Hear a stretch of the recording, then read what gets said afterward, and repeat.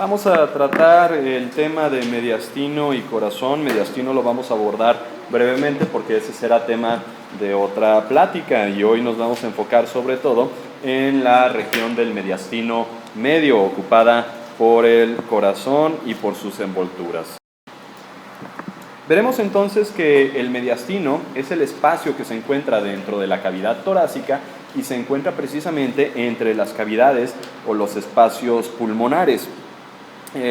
Ya vimos anteriormente que la caja torácica está limitada en la región superior y en la región inferior por una apertura torácica superior y por una apertura torácica inferior. Estos igualmente son los límites superior e inferior del mediastino, mientras que sus límites laterales están conformados por las cavidades específicamente pulmonares. Todo lo que se encuentre entre ellas pues va a corresponder al mediastino. Y sus límites anterior y posterior, pues evidentemente serán en sentido anterior el esternón, en el sentido posterior los cuerpos vertebrales de la región torácica.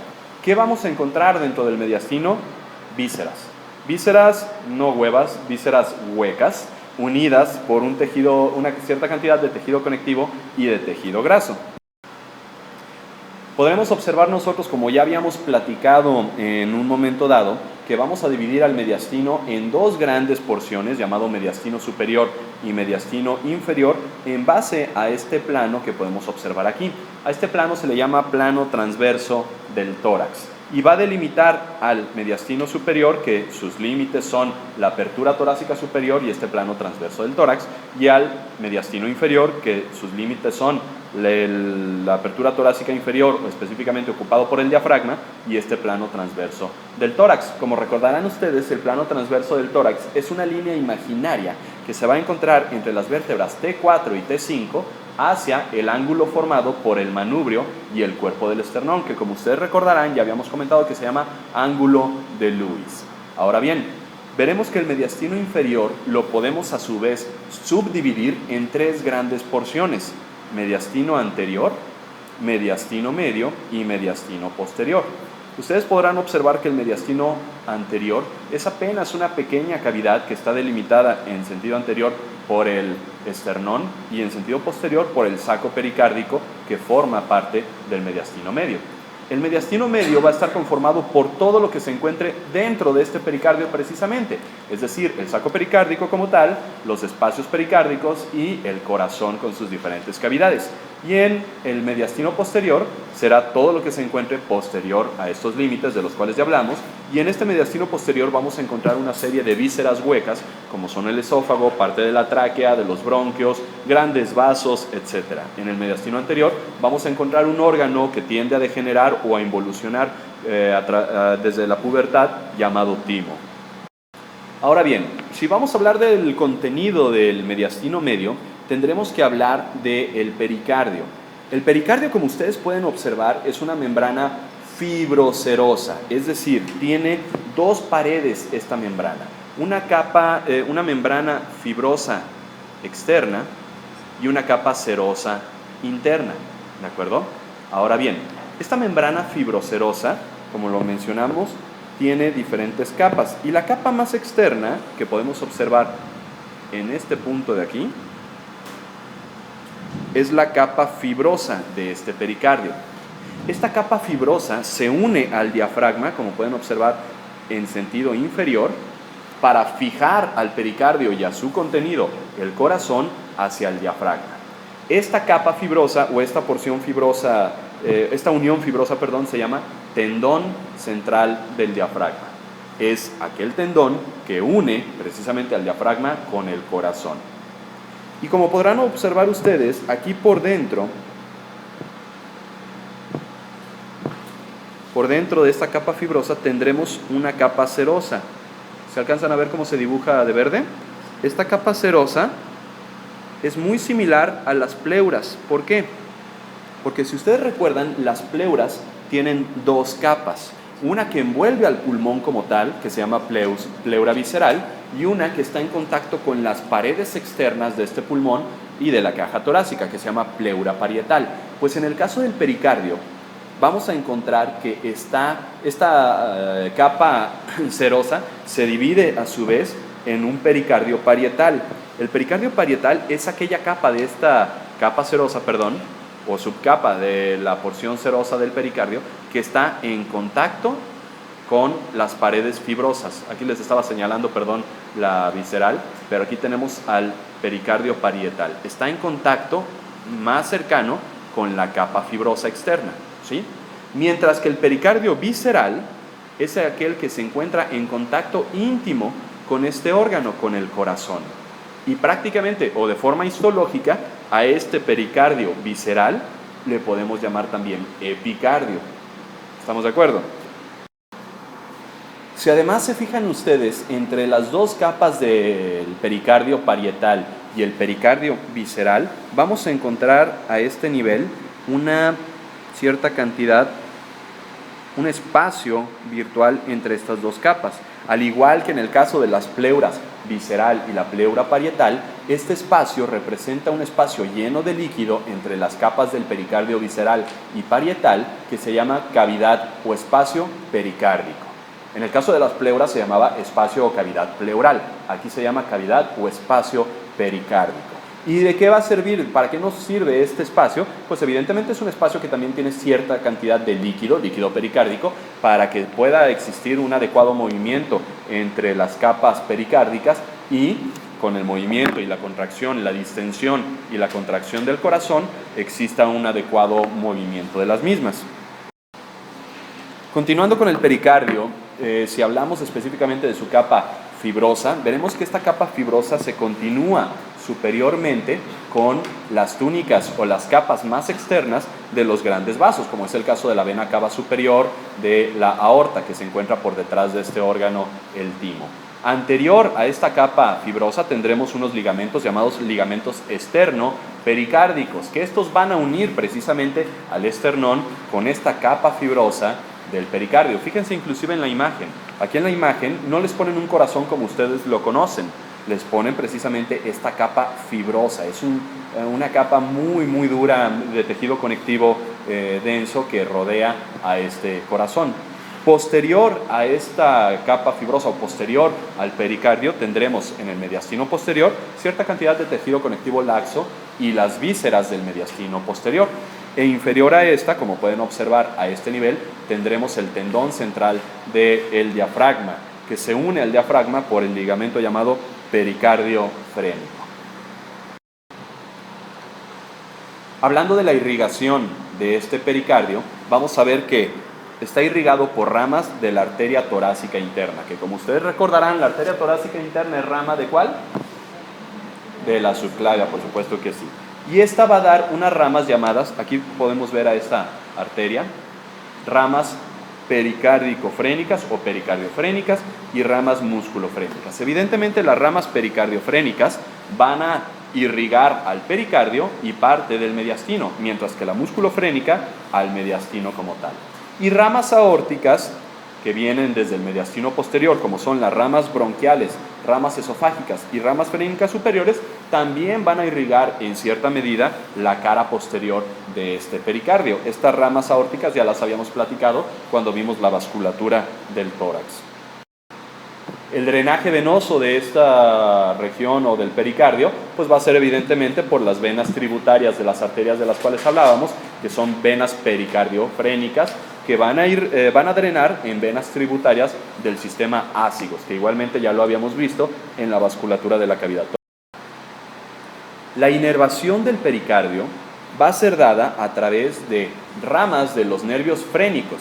Los nervios frénicos son ramas nerviosas que emergen desde la tercera a la quinta vértebra cervical, descienden a través de la región cervical y van a introducirse a este mediastino. Además, por ramas de los nervios vagos, que van a tener un efecto parasimpático, evidentemente, en el corazón, produciendo bradicardia.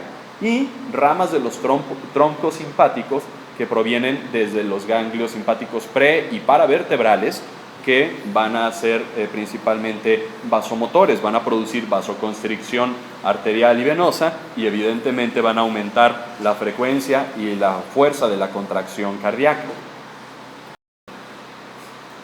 Ahora, introduciéndonos un poquito al tema de corazón como tal, dejamos atrás su envoltura, dejamos atrás el pericardio con sus diferentes capas. El corazón, como ustedes pueden observar a este nivel, es una bomba encargada de producir succión para atraer sangre poco oxigenada hacia sus cavidades derechas. Y es una bomba también encargada de producir presión para expulsar sangre oxigenada hacia otras regiones. Como ustedes podrán observar en esta ilustración, al corazón nosotros lo podemos dividir en cavidades. Si trazamos una línea por el eje de este corazón, podremos dividirlo en cavidades derechas y en cavidades izquierdas. En la imagen, evidentemente, las cavidades izquierdas ustedes lo ven a su lado derecho y viceversa. Sin embargo, las cavidades izquierdas son las que les iluminan ahí de color rojo, las derechas son las de color azul. Y si además de esto trazamos una línea transversal a este nivel, podremos dividir además al corazón en 4 diferentes cámaras. Las cámaras, ya sean del lado derecho o del lado izquierdo, superiores, se llaman aurículas. Las cámaras que se encuentran en sentido inferior, ya sea del lado derecho o del lado izquierdo, se llaman ventrículos. Estas aurículas y estos ventrículos van a tener funciones muy específicas, porque mientras las aurículas reciben sangre, ya sea poco oxigenada o sangre oxigenada, desde la circulación sistémica y desde la circulación pulmonar, estas dirigen esa sangre hacia los ventrículos. Y los ventrículos se encargan de expulsar esa sangre fuera, evidentemente, del corazón para dirigirlo hacia la circulación pulmonar o la circulación sistémica. Entonces, como ustedes podrán observar aquí, tenemos una aurícula derecha, un ventrículo derecho, una aurícula izquierda y un ventrículo izquierdo, ¿de acuerdo? Estas, como les comento, se encargan precisamente de recibir y de enviar sangre hacia otras regiones. Mientras la aurícula derecha recibe la sangre poco oxigenada desde nuestros miembros superiores y la cabeza a través de la vena cava superior y recibe la sangre poco oxigenada desde nuestro tronco, abdomen y miembros inferiores a través de la vena cava inferior, dirige esta sangre poco oxigenada hacia el ventrículo derecho. Del ventrículo derecho va a dirigir la sangre a través de estos vasos llamados arterias pulmonares para dirigirlos evidentemente a la circulación pulmonar. Ahora bien, ¿por qué les llamamos arterias pulmonares si estamos hablando de que son vasos que llevan sangre poco oxigenada? Porque en el corazón es diferente, ¿no? Esta nomenclatura o esta forma de nombrar a las arterias y a las venas cambia, por así decirlo, en el corazón. ¿Y por qué decimos por así decirlo? Porque en realidad vena no necesariamente es un vaso que lleve sangre poco oxigenada, sino que es cualquier vaso que se aleje del corazón. Perdón, arteria, estoy refiriéndome ahí a arteria. Arteria es cualquier vaso que se aleje del corazón, tenga sangre poco oxigenada o no. Fíjense que aquí precisamente estos vasos se alejan del corazón para dirigirse hacia los pulmones. Estos entonces se llamarán arterias pulmonares. Posteriormente, la sangre, una vez que se oxigena a nivel de los pulmones, regresa hacia el corazón a través de otra serie de vasos. Vasos que se acercan a el corazón, que aunque tienen sangre oxigenada, como se acercan al corazón se llaman venas. Estas son venas pulmonares. Las venas pulmonares dirigen la sangre hacia esta región, la aurícula izquierda. La aurícula izquierda se va a encargar de enviar la sangre hacia el ventrículo izquierdo. Y desde el ventrículo izquierdo se expulsará la sangre al resto de nuestra circulación sistémica, ahora sí a través de una arteria de gran calibre, arteria ahora que lleva sangre oxigenada, que se llama aorta. A todo esto nosotros le llamamos ciclo cardíaco. El ciclo cardíaco es el proceso en el que el corazón se elonga, es decir, se distiende para llenarse de sangre. Técnicamente se refieren a la elongación de los ventrículos, pero podríamos hablar de que las aurículas también tienen cierta capacidad de elongación y capacidad contráctil. Entonces, el ciclo cardíaco es la elongación o la distensión del corazón y la contracción o vaciamiento del mismo. ¿Para qué se elonga el corazón? ¿Para qué aumenta o se distiende o aumenta su volumen? Para recibir sangre, ¿de acuerdo? ¿Y para qué se contrae? Para expulsar la sangre. A la elongación o el llenado cardíaco le llamamos diástole, mientras que a la contracción o el vaciado del corazón se le llama sístole. Si nos metemos un poco a histología inclusive, veremos que el corazón está dividido o formado por tres grandes capas. La capa más interna llamada endocardio, la capa intermedia llamada miocardio y la capa externa llamada epicardio. La capa más interna va a recubrir por dentro a las diferentes cavidades, ya sean aurículas, ventrículos. Es una capa muy delgada formada por endotelio y su propio subendotelio, que además va a recubrir a las válvulas, que son estas estructuras que dividen a una cavidad de otra y dividen a los ventrículos de los grandes vasos. La capa siguiente o la capa intermedia se llama miocardio. Esta está formada por un músculo especializado llamado músculo cardíaco, evidentemente, o miocardio, es lo mismo. Es la capa más gruesa de las tres, como podrán ustedes observar. Y evidentemente esta capa miocárdica es muchísimo más gruesa, como pueden observar en las cavidades izquierdas que en las cavidades derechas. Ahorita vamos a explicar esto del por qué. Y por último, la capa externa, formada por el epicardio, que como ya habíamos comentado es una capa muy delgada, la capa más externa, formada por la capa visceral del pericardio seroso. Además de este tipo de tejidos, el endocardio, el miocardio y el epicardio, el corazón también va a tener un esqueleto fibroso. Un esqueleto fibroso formado por tejido conectivo denso. Cuando hablamos de esqueleto fibroso no nos referimos evidentemente a hueso, sino que nos referimos a un tipo de tejido conectivo denso, que tiene una gran cantidad de fibras de colágeno. Este esqueleto fibroso se va a encargar de formar 4 anillos, 1, 2, 3 y 4. Y entre ellos un trígono, es decir, una estructura con forma piramidal, un trígono fibroso. Y además, ciertas porciones intramembranosas de las aurículas y de los ventrículos. ¿Para qué nos va a servir o cuáles son las funciones de este esqueleto fibroso? Va a impedir la sobredistensión de las válvulas. Es decir, esto produce un límite o limita la distensión excesiva de las válvulas con el paso de la sangre desde las aurículas a los ventrículos y de los ventrículos a la circulación pulmonar o circulación sistémica. Sirve como un medio de unión para las válvulas y para el tejido muscular del corazón. Y además, muy importante, forma un aislante para los impulsos eléctricos que conducen o que propagan la contracción del músculo.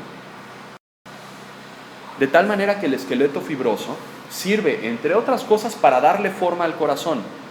Si no tuviéramos este esqueleto fibroso, ¿qué es lo que sucedería? El corazón sería una simple, vil y vulgar bolsa de músculo para recibir y para expulsar sangre, pero no tendría una forma determinada, ¿de acuerdo? Entonces esto le da una forma a este corazón, impide que se distienda más allá de sus capacidades y además forma este aislante eléctrico, del que vamos a hablar de este tipo de impulsos en diapositivas más adelante. Ahora bien, vamos a estudiar las relaciones del corazón. El corazón va a tener, por su forma, relación con diferentes estructuras en sentido anterior, posterior, lateral, etc. Anterior al corazón vamos a tener al mediastino anterior, evidentemente, y por delante al esternón y los cartílagos costales de la tercera a la quinta costilla. Además, en la infancia vamos a tener relación anterior también, o por delante del corazón vamos a encontrar al timo, que como ya habíamos platicado, eventualmente involuciona y degenera en tejido graso.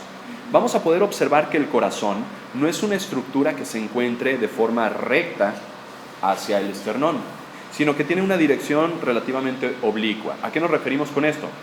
2/3 partes de todo el cuerpo o el volumen del corazón se dirigen hacia el lado izquierdo y apenas 1/3 parte hacia el lado derecho. Esto en un ángulo aproximado de 45 grados, de tal manera que si nosotros tenemos nuestra cavidad torácica de esta forma, nuestro corazón se inclina discretamente hacia este lado.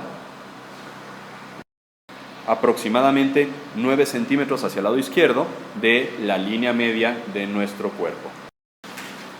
Si vemos al corazón desde su configuración externa, es decir, sus caras externas, vamos a poder observar que el corazón, ya sin su capa pericárdica, vamos a poder observar que hay diferentes impresiones vasculares que le dan formas o que en un momento dado pueden originar estructuras importantes. Tal es el caso del surco coronario o surco aurículo-ventricular. ¿Dónde se encuentra este surco? Justo a este nivel. Este va a dividir a la aurícula derecha del ventrículo derecho, precisamente. Este surco coronario o aurículo ventricular, a través de este surco va a atravesar precisamente la arteria coronaria derecha. Por eso se le llama surco coronario. Y como divide a la aurícula del ventrículo derecho, se le puede llamar también surco aurículo ventricular. Ahora bien, la arteria coronaria izquierda con una de sus ramas formará un surco entre los dos ventrículos, surco interventricular. Pero esta arteria coronaria, esta rama, se continúa todavía hacia la cara posterior, es decir, desde aquí adelante, y se continúa hacia atrás para formar el surco interventricular posterior.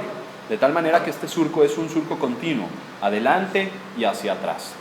Podremos observar que el corazón tiene una forma trapezoidal nuevamente, donde vamos a encontrar que tiene un vértice. El vértice lo encontramos en este punto y va a tener diferentes caras. Si lo vemos de esta manera, imagínense que es una estructura similar a esto, donde vamos a tener, bueno, me quedó medio feo ahí el dibujo, pero aquí tenemos el vértice, tenemos una cara superior, una cara inferior, una cara lateral derecha, una cara lateral izquierda y evidentemente una cara posterior. Véanlo con una forma de pirámide. Ahora bien, vamos a ver cada una de estas caras. Si hablamos específicamente del vértice del corazón, vamos a ver que este se encuentra inferolateral al ventrículo izquierdo, es decir, hacia abajo y discretamente hacia el lado izquierdo del ventrículo izquierdo, y se encuentra justamente posterior al quinto espacio intercostal del lado izquierdo. ¿De acuerdo? Si ustedes cuentan sus espacios intercostales, aproximadamente en el quinto espacio intercostal, ahí se encontrará el vértice de su corazón. Ahora, específicamente hablando de la base, vamos a ver que la base está formada principalmente por la aurícula izquierda. Aquí no la alcanzamos a ver porque se encuentra por abajo y por detrás, con cierta contribución de la aurícula derecha. Esto se encuentra por delante de las vértebras torácicas 6 a la 9 y recibe a las venas pulmonares a nivel de la aurícula izquierda y a las venas cavas a nivel de la aurícula derecha. Si hablamos de su cara anterior, veremos que también es una cara llamada esternocostal, pues precisamente porque está en contacto con el esternón y con las costillas. Y esta cara anterior va a estar formada principalmente por el ventrículo derecho. ¿Pero por qué por el ventrículo derecho? Precisamente por la dirección oblicua a 45 grados de este corazón va a hacer que el ventrículo derecho se encuentre en contacto hacia todo lo que está adelante. La cara diafragmática, la cara inferior por así decirlo, está formada en mayor medida por el ventrículo izquierdo y también en cierta proporción por el ventrículo derecho. La cara lateral derecha, también se le llama cara pulmonar derecha porque está en contacto con el pulmón de ese lado, va a estar formado principalmente por la aurícula derecha y la cara pulmonar izquierda por el ventrículo izquierdo. Debido a que se forma o el corazón tiene estas diferentes caras, va a obtener también diferentes bordes. El borde derecho está formado por la aurícula derecha, el borde inferior principalmente por el ventrículo derecho, en mayor medida que el ventrículo izquierdo, el borde izquierdo, llamado también horizontal, por el ventrículo izquierdo, en mayor medida que el ventrículo derecho, y el borde superior por las aurículas y las orejuelas derecha e izquierda. Ahorita que hablemos de cada una de las cavidades, les voy a mencionar qué es esto de las orejuelas. Ahora, entremos a analizar la anatomía de cada una de estas cavidades y empezaremos entonces por la aurícula derecha. En esta ilustración ustedes podrán ver cómo aquí a la aurícula derecha se le hizo un corte para levantar su pared externa. La aurícula derecha recibe sangre venosa o sangre poco oxigenada desde las venas cava superior, vena cava inferior y además por el seno coronario. El seno coronario es la forma o las venas que drenan al corazón como tal, que drenan a las arterias coronarias. Podrán observar ustedes que aquí a nivel de la aurícula derecha tenemos esta extensión, este pequeño saquito muscular de forma cónica llamada orejuela. Esta orejuela no es nada más que un receptáculo adicional para la sangre. Es decir, la sangre no es solamente la cavidad de la aurícula derecha, sino que la aurícula derecha tiene una cavidad extra, que es esta pequeña orejuela. En sus pantalones, por ejemplo, en su bolsa derecha, ustedes encontrarán que tienen otra pequeña bolsita dentro de esa misma bolsa. Es algo muy similar lo que podemos encontrar aquí en la aurícula derecha. Al interior de la aurícula derecha podremos observar que la pared posterior, como la pueden ver aquí, es completamente lisa. Y en esta pared posterior es donde se recibe esta estructura llamada seno venoso. ¿Qué es el seno venoso? No es nada más que el sitio donde confluyen la vena cava superior, la vena cava inferior y el seno coronario. Podrán observar ustedes, para los que ya llevaron embriología o para los que están llevando embriología, que a nivel de la aurícula derecha tenemos esta estructura llamada fosita oval. Este es el remanente de una fosa que permitía la comunicación entre las dos aurículas cuando estaban en el desarrollo intrauterino. Posteriormente al nacimiento, esta fosa se cierra, quedando únicamente un remanente. En la pared anterior, que es la que se levanta a este nivel, van a poder observar que la pared anterior de la aurícula derecha tiene mucho tejido muscular. Sin embargo, no es tanto como el de otras cavidades. Además de esto, entre la aurícula derecha y el ventrículo derecho que tenemos acá abajo, encontraremos aquí un orificio llamado orificio aurículo-ventricular, que forma la división precisamente entre la aurícula y el ventrículo derecho, ¿sí? A este nivel tendremos una válvula que va a permitir el paso de sangre únicamente de la aurícula al ventrículo, y ahorita hablaremos de ella cuando veamos el ventrículo derecho. Y podremos observar que entonces la pared que divide a una aurícula de la otra le llamaremos tabique interauricular, donde encontramos la fosa oval, el remanente del foramen oval. Ahora, hablando del ventrículo derecho. El ventrículo derecho, en sentido superior, tiene a esta estructura llamada cono arterioso. Este cono arterioso va a ser el sitio que desemboque hacia el tronco pulmonar. El tronco pulmonar no es nada más que un tronco arterial que dará origen a las arterias pulmonares, que ya comentábamos que se llaman arterias aunque lleven sangre poco oxigenada, porque se alejan del corazón y llevan esa sangre hacia los pulmones precisamente para que se oxigene. Ahora bien, podremos observar igualmente una cresta llamada cresta supraventricular. Esta cresta supraventricular divide o separa a la pared anterior, que aquí se levanta para que la puedan observar, y la pared posterior, que se encuentra aquí al fondo de este ventrículo. El ventrículo derecho va a recibir la sangre desde la aurícula derecha a través de esta válvula que ustedes pueden observar a este nivel, llamada válvula tricúspide o válvula tricuspidea, que se encuentra aproximadamente a la altura del cuarto al quinto espacio intercostal del lado derecho.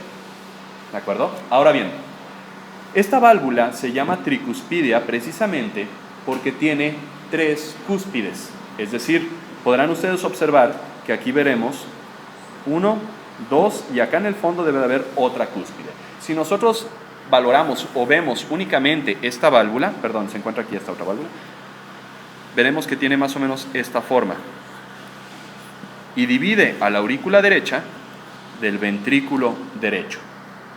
Fíjense cómo esta válvula tricúspide está en contacto, como podrán ustedes observar a este nivel, vamos acercándonos, como podrán observar ustedes a este nivel, con estas formaciones digitiformes musculares.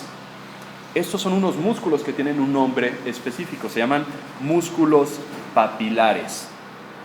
Estos músculos papilares son efectivamente 3, un músculo para cada una de las cúspides de la válvula. Y estos músculos, entre otras cosas, funcionan como las cuerdas de un paracaídas. Es decir, la sangre tiene que pasar desde la aurícula al ventrículo a través de esta válvula tricúspide, ¿sí? Por el simple efecto de contracción de la aurícula derecha, la sangre se expulsa al ventrículo. Ahora bien, posterior a la contracción de la aurícula, debería de venir una contracción de los ventrículos para expulsar la sangre a la circulación pulmonar o a la circulación sistémica. Gracias a que tenemos a estos músculos papilares que se unen a cada una de las cúspides a través de una serie de cuerditas llamadas cuerdas tendinosas, cuando se da la contracción del ventrículo, se contraen igualmente estos músculos y al contraerse le dan mayor fuerza a esta válvula. ¿Para qué? Para evitar que la sangre tenga un reflujo hacia la aurícula derecha. Imagínense ustedes, si se avientan de un paracaídas, ustedes van agarrados del paracaídas a través de estas cuerdas, ¿sí? ¿Qué sucede si, las cuerdas le dan estabilidad o le dan forma a este paracaídas para que el aire ingrese en medio del paracaídas y eso impida que el aire pase de forma indiscriminada por el paracaídas y que se me vayan a caer, ¿sí? ¿Qué sucede si ustedes van en el paracaídas y cortan una cuerda? Se desestabiliza todo el paracaídas. ¿Por qué? Porque la fuerza que ejerce el aire sobre esa capa del paracaídas va a hacer que no permanezca estable. Ahora imagínense ustedes qué sucedería si cortamos una de estas cuerdas tendinosas o uno de estos músculos. Esta cúspide de la válvula se iría hacia arriba, permitiendo el paso de sangre desde el ventrículo hacia la aurícula. A eso se le llama reflujo igualmente, ¿de acuerdo? Este reflujo, en un momento dado, puede originar insuficiencia cardíaca. ¿Por qué? Porque el corazón no va a ser capaz de bombear la sangre desde el ventrículo hacia las arterias pulmonares, ¿de acuerdo? Y ahí tenemos entonces a la válvula tricúspide, que como ya comentábamos, tiene 3 cúspides que se encuentran unidas a las cuerdas tendinosas de los músculos papilares. Estos músculos papilares, a partir de su vértice, dan origen a estas cuerdas tendinosas. Y en el caso del ventrículo derecho, tenemos 3 músculos papilares que corresponden cada uno a una cúspide o a una válvula de la válvula tricúspide. Un músculo papilar anterior, que es el más grande y prominente, un músculo papilar posterior y un músculo papilar septal, que se origina desde este septo o pared o tabique que divide a los 2 ventrículos. Ahora, veremos que entre los 2 ventrículos tenemos precisamente esta pared llamada tabique interventricular. Este tabique interventricular, como ustedes pueden observar, tiene una gruesa pared muscular e inclusive protruye o se introduce discretamente al ventrículo derecho. Esto sucede precisamente porque, como pueden observar ustedes, toda la pared muscular del ventrículo izquierdo es de un mayor tamaño o mayor grosor que la del ventrículo derecho. ¿Por qué?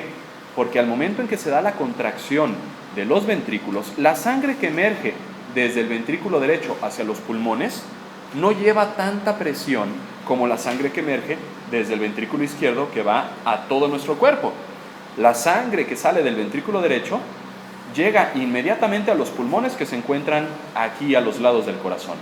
Sin embargo, la sangre que se expulsa del ventrículo izquierdo tiene que llegar a todo nuestro cuerpo, de tal manera que el ventrículo izquierdo se tiene que contraer muchísimo más fuerte para poder enviar toda esta sangre a todo nuestro organismo a través de un tipo de circulación llamado circulación sistémica.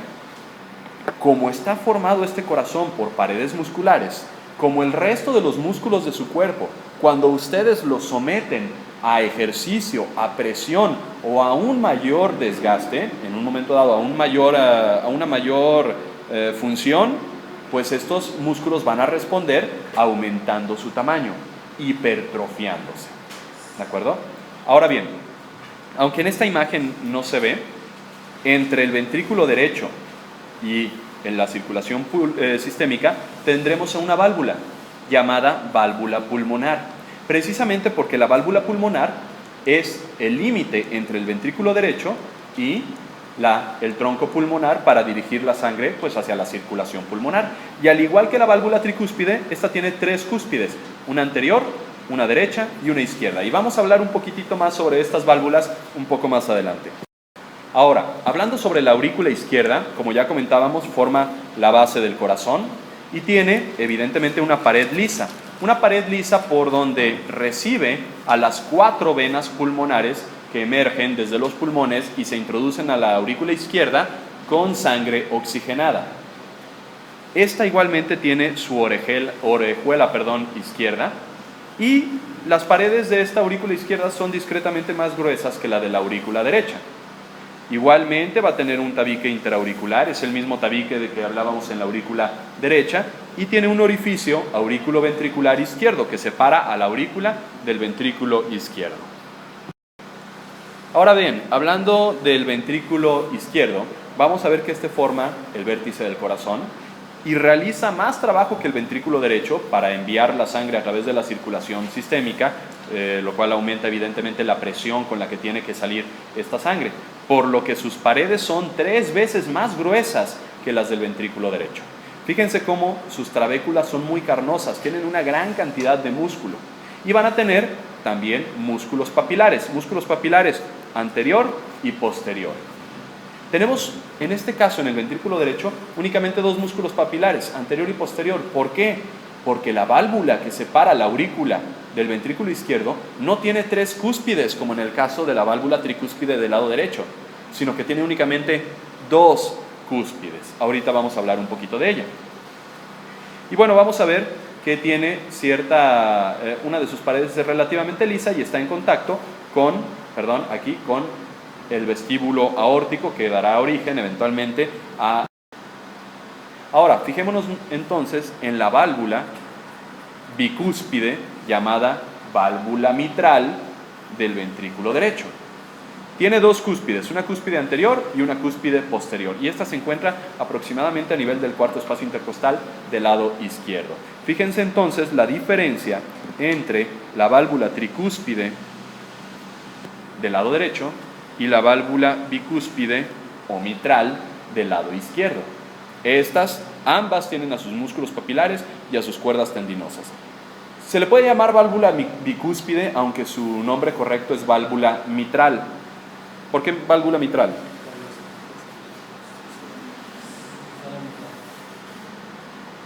Se acostumbran ir a misa, o por lo menos verla por televisión o ver al Papa. Recordarán ustedes que los altos clérigos de la iglesia tienen un sombrerito llamado mitra, y precisamente se llama mitra por estas cúspides que tiene en este nivel, por eso se le llama válvula mitral a la que vemos en el ventrículo izquierdo. Ahora bien, podremos observar también aquí, en esta ilustración, si se alcanza a ver de forma adecuada, cómo del ventrículo izquierdo emergerá o se expulsará la sangre hacia la aorta, pero tiene que atravesar esta región específica formada por la válvula aórtica. La válvula aórtica es lo mismo que la válvula pulmonar, pero que la válvula pulmonar se encuentra del lado derecho. Fíjense que la válvula aórtica se encuentra discretamente hacia la izquierda del esternón a nivel del tercer espacio intercostal. ¿Por qué les menciono tanto lo de los espacios intercostales? Porque esto les va a ser de utilidad para entender cómo es que se puede auscultar a un paciente para valorar los ruidos cardíacos. Las válvulas semilunares son la válvula pulmonar y la válvula aórtica, de las cuales ya hablamos brevemente. Si vemos al corazón desde su cara superior, podremos observar a estas divisiones. Bueno, podremos observar, aquí se hizo un corte entre los ventrículos y las aurículas, y aquí solamente estamos viendo a los ventrículos. Fíjense que aquí tenemos a la válvula mitral o bicúspide y a la válvula tricuspidia del ventrículo derecho, del ventrículo izquierdo. Y entre ellos vamos a poder observar a este par de válvulas, una válvula pulmonar y una válvula aórtica. Ambas válvulas en conjunto se les llama válvulas semilunares. Ambas tienen 3 cúspides, es decir, prácticamente todas las válvulas de nuestro corazón tienen 3 cúspides, exceptuando la mitral del ventrículo izquierdo. Estas válvulas semilunares específicamente no tienen cuerdas tendinosas, por ende no tienen músculos papilares. Y vamos a poder observar que justamente los bordes de estas válvulas, este borde de aquí, bueno, se los dibujo de color rojo, este borde de aquí, este borde de aquí, este borde de aquí, aquí también, todos sus bordes son bordes engrosados, a los cuales se les llama lúnulas. Su vértice, el vértice de estos bordes, se le llamará nódulo. Y podremos observar que tienen ciertas dilataciones. Si las vemos a este nivel, podremos observar que entre ellas existen estas dilataciones. A estas dilataciones se les llaman senos aórticos o senos pulmonares. En el caso de los senos de la válvula aórtica, son de gran importancia porque, como ustedes podrán observar, aquí se originan las primeras ramas arteriales de nuestra circulación sistémica, que son la arteria coronaria izquierda y derecha. Entonces, las arterias coronarias provienen de los senos aórticos, primeras arterias en nacer posterior a nuestro ventrículo izquierdo. Y en esta imagen van a poder observar ustedes precisamente a la válvula aórtica. Como la válvula aórtica, si la abrimos por completo, vamos a poder observar esas tres cúspides que están formadas por el engrosamiento de sus bordes, las lúnulas, y fíjense cómo tienen un engrosamiento a nivel de su vértice llamado nódulo. Cómo entre ellas se forman estos espacios, son como una especie de sacos, por así decirlo, llamados senos. Y a través de estos senos se forman aquí el nacimiento de las arterias coronarias derecha e izquierda. ¿Por qué insistirles con lo de los espacios intercostales, dónde se encuentran estas válvulas, etcétera? Yo les mencionaba precisamente que los ruidos que origina el corazón no son dados como tal por la contracción muscular, sino por el golpeteo de la sangre en las válvulas. Cuando la sangre atraviesa una de estas válvulas, por un decir, la válvula aórtica, por efecto de gravedad, la sangre regresa y al regresar, la sangre se introduce a los senos realizando un cierre de estas válvulas, a diferencia de la válvula tricúspide y mitral, que para eso tiene a los músculos papilares y sus cuerdas tendinosas. Es decir, cuando emerge la sangre desde el ventrículo izquierdo hacia la aorta, siempre va a haber cierto grado de reflujo que haga que la sangre caiga sobre los senos de estas válvulas aórtica o pulmonar y se cierre la válvula. Ese golpeteo, esa fuerza o ese choque de la sangre sobre las válvulas es lo que origina los ruidos cardíacos. Estos ruidos cardíacos, aunque las válvulas se encuentren a este nivel, por ejemplo, 1, 2, tercer espacio intercostal, cuarto espacio intercostal, quinto espacio intercostal, no son valorables justo a este punto. ¿Por qué? Porque aquí nos está estorbando el esternón. Para que ustedes puedan valorar la función de estas válvulas, precisamente al auscultar a un paciente, al utilizar un estetoscopio, van a notar que los ruidos que producen estas válvulas se dirigen en ciertas direcciones. Por ejemplo, la válvula pulmonar dirige su ruido de tal manera que sea valorable a nivel del segundo espacio intercostal del lado izquierdo. La válvula aórtica, su ruido se dirige hacia el segundo espacio intercostal del lado derecho. La válvula tricúspide a nivel del cuarto, quinto espacio intercostal del lado izquierdo, e igualmente la válvula mitral casi en el vértice del corazón. ¿Por qué es importante saber esto? Eventualmente ustedes pueden auscultar a un paciente para valorar precisamente la función de estas válvulas. ¿Qué sucede si una válvula no funciona de forma adecuada? Va a permitir el paso de sangre a través de una válvula que debería de estar cerrada. ¿Cómo se va a manifestar eso? ¿Cómo? No se va a oír el ruido. No se va a oír el ruido que ustedes conocen. ¿Qué ruido se va a oír? Se va a escuchar un soplo. Es un sonido a manera de soplido precisamente que se ejerce por el paso de la sangre a través de la válvula. Ahora vamos a tratar un tema relativamente más complejo de lo que hemos visto hasta ahorita, que es la vascularización del corazón. ¿Cómo es que el corazón obtiene sangre oxigenada para nutrirse a sí mismo? Cualquiera pensaría que la misma sangre que se encuentra dentro del corazón es suficiente para nutrirlo. No, desgraciadamente no. Son tan gruesas las paredes del corazón que el corazón requiere su propio sistema de circulación arterial para poder sobrevivir. El endocardio, sí, recibe cierta cantidad de oxígeno pues por la misma sangre que atraviesa las diferentes cámaras.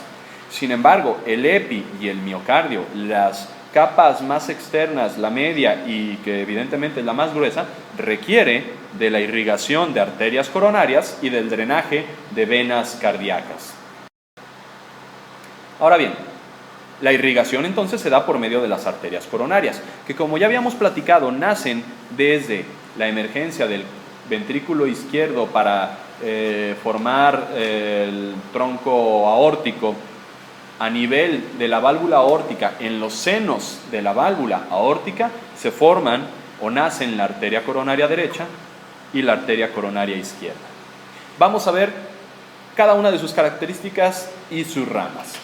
La arteria coronaria derecha, como ustedes pueden observar, atraviesa el surco coronario, llamado también surco aurículo-ventricular, como ya lo habíamos platicado. Da una pequeña rama, como pueden ustedes observar a este nivel, que es la rama para el nodo sinoauricular. Todavía no vemos qué es el nodo sinoauricular, esto lo vamos a ver un poquitito más adelante, pero es entonces una rama arterial sumamente importante, porque este nodo sinoauricular será el que produzca los impulsos para que nuestro corazón pueda contraerse. Vamos a poder observar que también da una rama marginal derecha, como podemos observar, que esta rama marginal derecha se continúa y gira hacia la cara posterior del corazón. Aquí les están mostrando la cara anterior. Ponen al corazón de color transparente para que puedan ustedes observar la rama posterior, ¿de acuerdo? Ahora bien, a partir de esta rama marginal derecha, dará ramas para el nodo auriculoventricular. Las ramas para el nodo auriculoventricular, pues evidentemente irán hacia otro nodo que se encuentra por debajo del sino auricular, entre las aurículas y los ventrículos, llamado nodo auriculoventricular. Fíjense que esta rama que ustedes ven aquí en la cara posterior se llama rama interventricular posterior. De gran y vital importancia exclusivamente esta rama, que nace en el 67% de los casos, es decir, en el 67 a 70% de ustedes, esta rama interventricular posterior nace de la arteria coronaria derecha. Ahora, la arteria coronaria izquierda, vamos a poder observar que a través de su nacimiento o emergencia en el seno coronario izquierdo, dará dos ramas. Una rama interventricular anterior, como pueden ustedes observar, que discurre o atraviesa el surco interventricular hasta su vértice y posteriormente se dirige en sentido posterior para anastomosarse o unirse con la arteria interventricular posterior que venía desde la arteria coronaria derecha. Y por último, una rama llamada circunfleja que podemos observar a este nivel, que dará la rama marginal izquierda. ¿Por qué es importante la arteria interventricular posterior? Yo les mencionaba que la arteria interventricular posterior en el 67 a 70% de los casos nace de la arteria coronaria derecha. Esta nace apenas en el 15% de los casos de la arteria coronaria izquierda. Y en cierto porcentaje, en un 18%, puede tener cierto origen codominante o combinado, es decir, que nazca o se forme tanto por ramas de la arteria coronaria derecha como de la arteria coronaria izquierda. ¿Qué tiene de importancia saber esto? Tomen en cuenta, la arteria interventricular posterior irriga a la mayor superficie del ventrículo izquierdo. Si por alguna razón esta arteria coronaria pierde la cantidad de sangre que puede enviar a los tejidos, por ejemplo, como en el caso de una tubería, si ustedes tienen una tubería por donde llega agua, no sé, a una región en específico que quieran que llegue, a su departamento o algo así, ¿qué sucede si obstruyen ustedes el flujo de esa agua? Pues ya no va a llegar a su departamento va a quedar inservible porque no va a tener agua. Lo mismo sucede en el caso de los órganos y específicamente del corazón. La arteria interventricular posterior envía o dirige la sangre hacia el ventrículo izquierdo y hacia el tabique interventricular. Si no llega sangre a esa región, el tejido del ventrículo izquierdo y del tabique interventricular muere.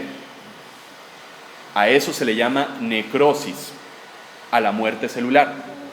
A una disminución en la irrigación se le llama isquemia, y la isquemia puede conducir a necrosis. ¿Qué sucede si muere el tejido muscular de su ventrículo izquierdo? Se va a dejar de bombear la sangre a su sistema, a su circulación general. ¿Y qué pasa si no se bombea sangre a su circulación general? Pues ustedes van a morir, por supuesto que sí.